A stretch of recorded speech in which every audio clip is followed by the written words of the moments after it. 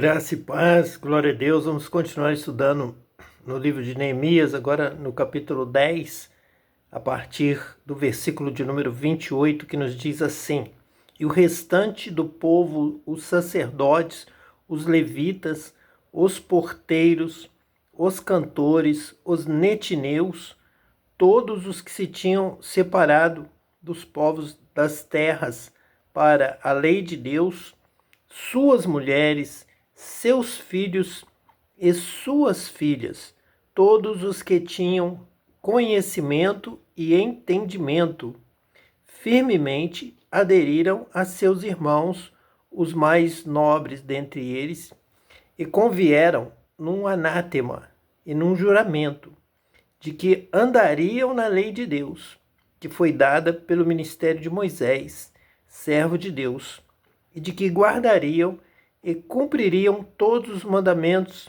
do Senhor, nosso Senhor, e os seus juízos e os seus estatutos. Então nós temos aqui novamente o povo de Israel se posicionando no retorno a Jerusalém. Eles não iriam desobedecer a Deus como fez o povo que foi para o cativeiro.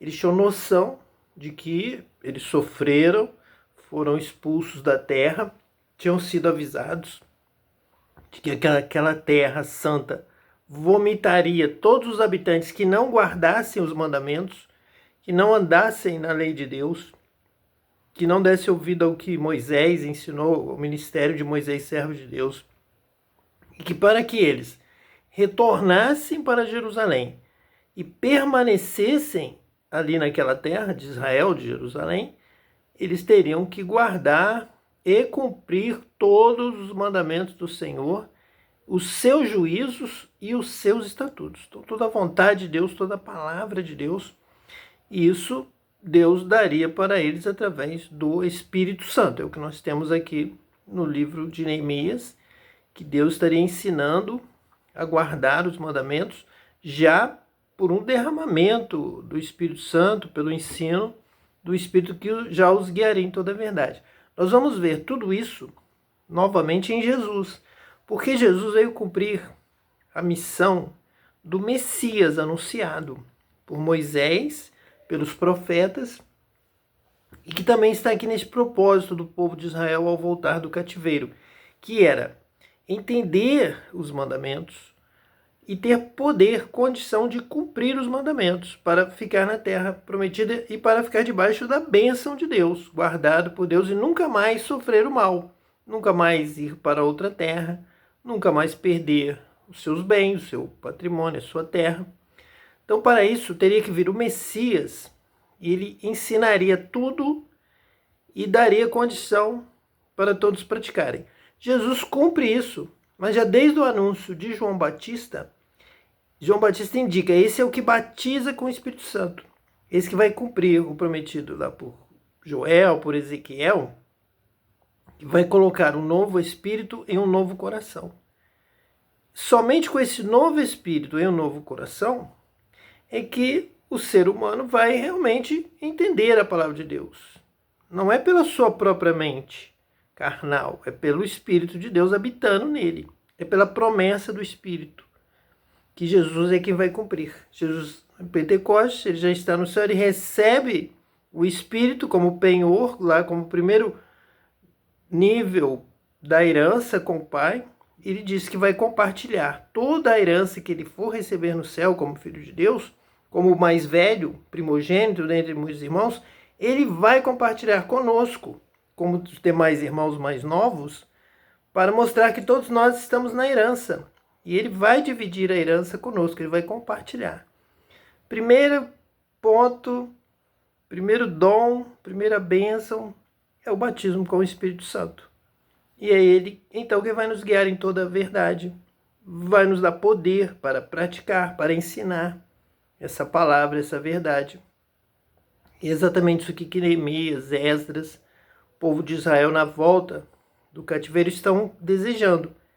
É isso que eles querem. Até hoje o povo de Israel quer permanecer, está em guerra pela sua terra, para permanecer ali em Jerusalém naquele espaço, não quer novamente ser expulso da sua terra, como já aconteceu no passado, em outras ocasiões. Então, para isso, tem que guardar os mandamentos. Nós vamos ver Jesus falando isso constantemente. Eu não vim abolir a lei, eu vim cumprir a lei, nada vai passar da lei. Nós vamos falar no próximo estudo já sobre Jesus e a lei, Jesus e os mandamentos. E nós vamos ver, vamos até relembrar um cântico antigo que dizia que, muito embora um só Jesus exista, nem todos sabem vê-lo como é. Filósofo, poeta ou comunista, ou mesmo um hippie, já se disse até. Mas nós vamos entender o Jesus dos evangelhos, quem foi Jesus, Jesus e os mandamentos, Jesus e Israel, Jesus e Moisés, Jesus e Neemias, Jesus e Esther. Então todo o Antigo Testamento é em Jesus. Ele próprio vai falar, vai abrir as escrituras diante dos apóstolos, vai mostrar tudo que Davi falou sobre ele, Moisés falou sobre ele, cada profeta falou alguma coisa sobre ele. Então todo o Antigo Testamento aponta para Cristo. E nós vamos ver isso, Cristo no Novo Testamento em relação ao Antigo Testamento. E vamos ver que ele veio fazer a paz, veio unir os gentios com os judeus, com as promessas de Deus. Então, a partir do Novo Testamento, não é como abolir no Antigo. É o povo gentil, o novo povo, se unindo a essa mesma palavra, que vem de Gênesis, vai então seguir com Cristo, com o batismo com o Espírito Santo. Então, nós agora vamos viver uma palavra revelada, uma palavra do Espírito Santo. Não é mais essa palavra de confusão que Neemias e Esdras tiveram tanta dificuldade, nós vemos aqui nos textos, para colocar isso no entendimento, no conhecimento. Nós vemos isso aqui no versículo 28. Todos que tinham conhecimento e entendimento firmemente aderiram a seus irmãos, os mais nobres dentre eles. Então eles estavam trabalhando para que houvesse o entendimento, o conhecimento. Mas agora, este conhecimento é reforçado totalmente. Agora, quem nos dá o conhecimento é o Espírito Santo, através dos dons. Dom de sabedoria, ciência, conhecimento, revelação, discernimento de espíritos. Então, o dom é o poder do Espírito Santo que realmente nos capacita para entender a lei e saber exatamente o que Deus quer de nós.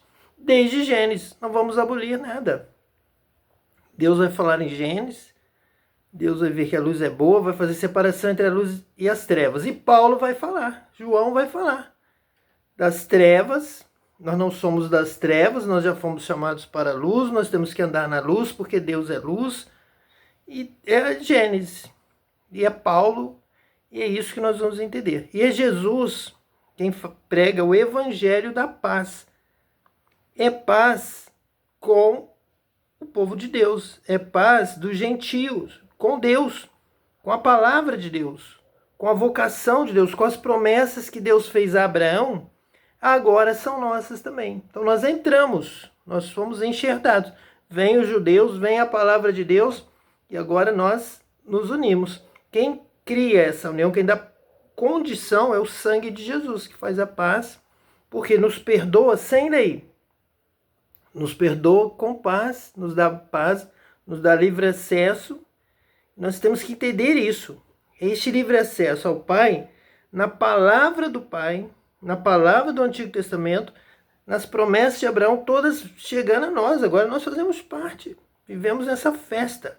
Então temos que celebrar como judeu, temos que celebrar a Páscoa, celebrar o Purim, cantar, pular, fazer festa, convidar todas as nações para essa festa, para a festa com Deus, a festa dos profetas e dos apóstolos, a festa de Moisés, de Abraão, de Isaac, de Jacó, conosco, estamos todos juntos na grande mesa, no banquete celestial que Jesus, Filho de Deus, o Cordeiro, já está preparando para nós com o vinho que ele prometeu que, assim como ele bebia do fruto da vide, do vinho com os seus apóstolos, com os seus discípulos, e ele vai comer com todos nós.